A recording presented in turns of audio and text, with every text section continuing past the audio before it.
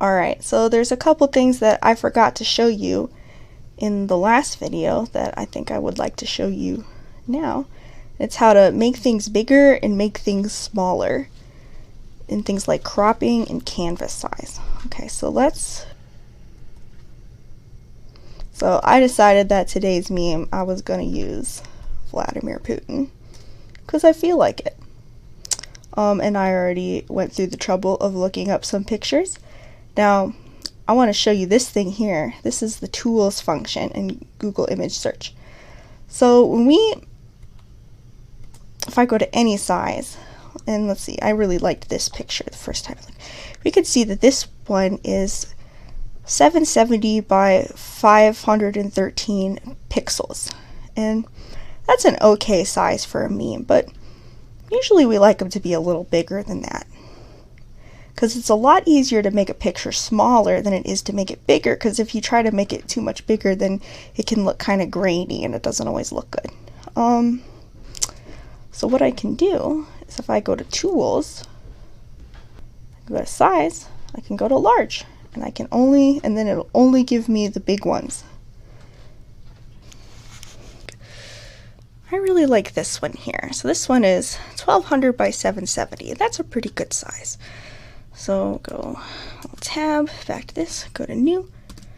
Okay, so I just copied a picture that was 700 by 776. That was 1200 by 776, right? Well, in paint.net, it has a feature that if you have a picture in your clipboard, you know, that you've copied or that you've cut, and you go to make a new canvas, it'll automatically make the new canvas the exact same thing as the picture that you cut. We'll hit that. Fits like a glove. Ain't that nice? Okay. Lots of different fun things that we can do with this. But I think first I'm going to have to caption it. I'm feeling blue today. I mean, well, yeah, but also like for the color. Okay.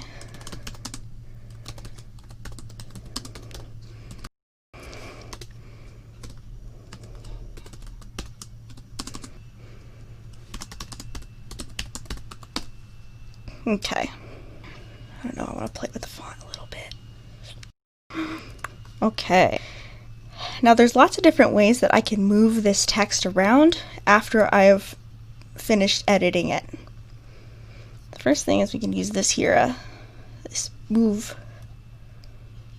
feature, and just grab it. And this selects the entire layer. Moves it. But let's see, I don't really want to mess around with the whole layer. I just want to move that part. I can select the part that I want to move. Control X is to cut. Control V to paste. And I can make it bigger and smaller and do whatever I want with it. I kind of feel like it would look good if it was like kind of here in the middle.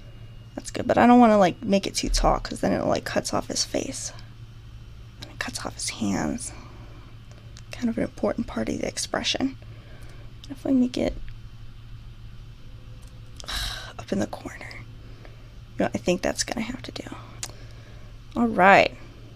Now it's a little hard to read there, so what we're gonna do is we're gonna make a new layer and move the new layer in between the text of the picture. Then we're gonna go to our rectangle tool, and you can make a nice little.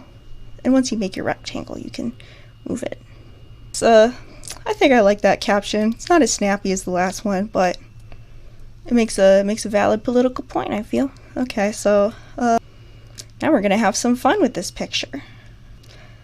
So I'm gonna make a bunch of copies of this picture, and then we'll have fun with all the different ones. I showed you how to cut and paste and move something. Now, the reason that it's really important to cut and paste, to put things on layers, let's say like I made this and I wanted to move it. Well, if I cut it there, well, I've just messed up the picture. So you really have to make sure you put things on separate layers. I'm using Control Z. Put it back. Okay, let's say that I think this picture has too much extra garbage in the background, and I want it to be more focused on my subject. So what I can do is I can crop. So we're gonna crop it over there, and so I don't want to see that stuff, I just want to see all this, and I can hit this button here. This is the crop button. It's gone. There we go. Now let's say that I want to keep this picture the same, but I want to have a nice little border around it. So how about we go to Image, Canvas Size, and we can make the canvas bigger without changing the picture. And there's different ways we can do that. We can do it by percentage to make it just to get bigger by a certain ratio, or we can do it by adjusting the number of pixels that we want for the width and the height. So we could like maybe add a couple inches to the height there, but I don't really want to do that. I think I'm just going to go by percentage, and let's do it by 115%. And look, so I put this thing here in the middle. If I were to put it in the side, then all the extra space would go over to the corner, and if I put it here, it would go over there, but I want the extra space to go around, so I'm going to put it in the middle. And voila! Okay, I'll use my magic wand, and we can color in our border if we want. Let's make it a black border. Heck yeah, that looks pretty rad. Okay. Now let's say that, I don't know, let's maybe this one. Let's say I think this one is too big. It was 770 tall and 1200 wide. Let's say I want to make it smaller. Sometimes you need to make things smaller, because like if you're uploading a picture to a website, it can't be too big. So what we're going to do to make the picture smaller, to shrink it down, is we're going to hit either by percentage or by absolute size. If you want to do it by absolute size, let's say I want it to be exactly 900 pixels wide. We want to make sure that we click maintain aspect ratio, because otherwise I would just put 900 and the height would stay the same and it would just get squished. We don't want it to get squished. We want it to stay the same except smaller. And look, it looks like it didn't change much, but it did, because if you can see the zoom function down here, it was zoomed up a little closer, and now it's zoomed up less. So it is actually smaller. Let's say that there's a certain part of the picture. I don't know. Let's say that I draw something fancy in the background. I don't know.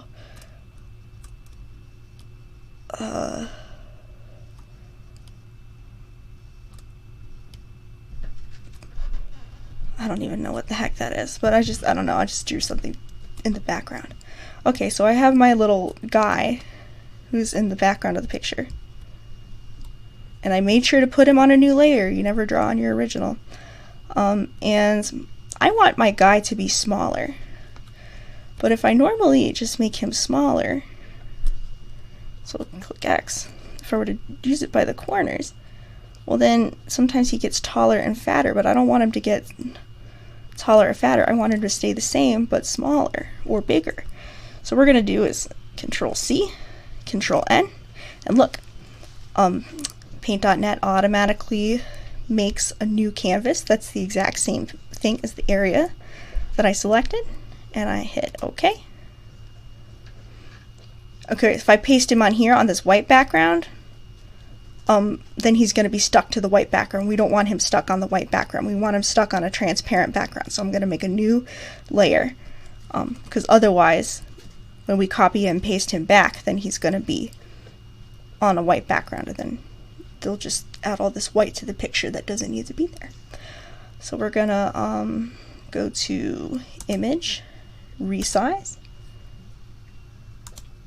and we're going to shrink him down by 50%. Hit Control A, go back to my original picture that he was on. Oops, Well, now it moved the transparent. It put the transparent on there, so we got to put on a new layer. Now, there we go. And he can hang out on his desk there. Especially important, like if you're doing like copying and pasting someone's face, like you don't want to like mess up somebody's face when you're. I mean, I guess he kind of much looks the same. You can tell it's him, but.